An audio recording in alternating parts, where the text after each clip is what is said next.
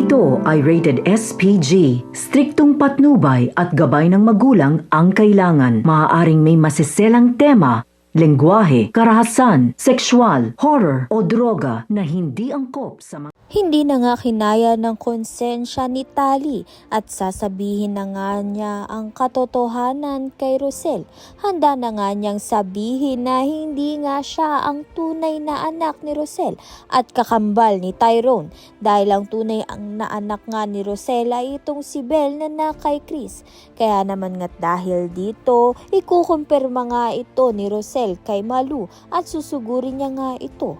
Sa kabilang banda naman nga, masaya nga sanang mag-aanibersaryo itong si Melania at Darius. Subalit ito na nga rin ang pagkakataon mahuhuli nga sila nito ni Rosel sa akto na may ginagawang kababalaghan nga ang dalawa. Kaya naman nga't sa galit nga nito ni Rosel kung sinabunutan niya nga itong si Melania at may nakita nga siyang armas at itinutok nga dito kay Darius.